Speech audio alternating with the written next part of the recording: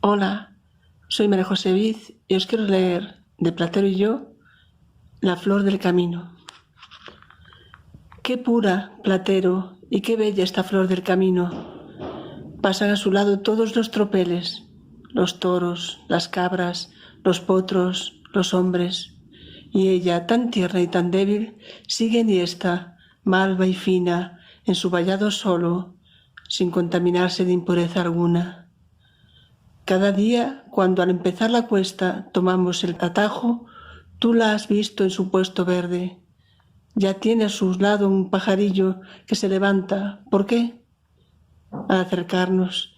O está llena, cual una breve copa, del agua clara de una nube de verano. Ya consiente el robo de una abeja o el voluble adorno de una mariposa.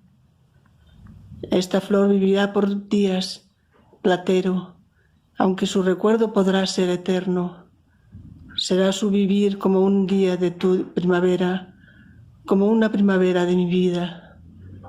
¿Qué le diera yo al otoño, Platero, a cambio de esta flor divina, para que ella fuese diariamente el ejemplo sencillo y sin término de la nuestra?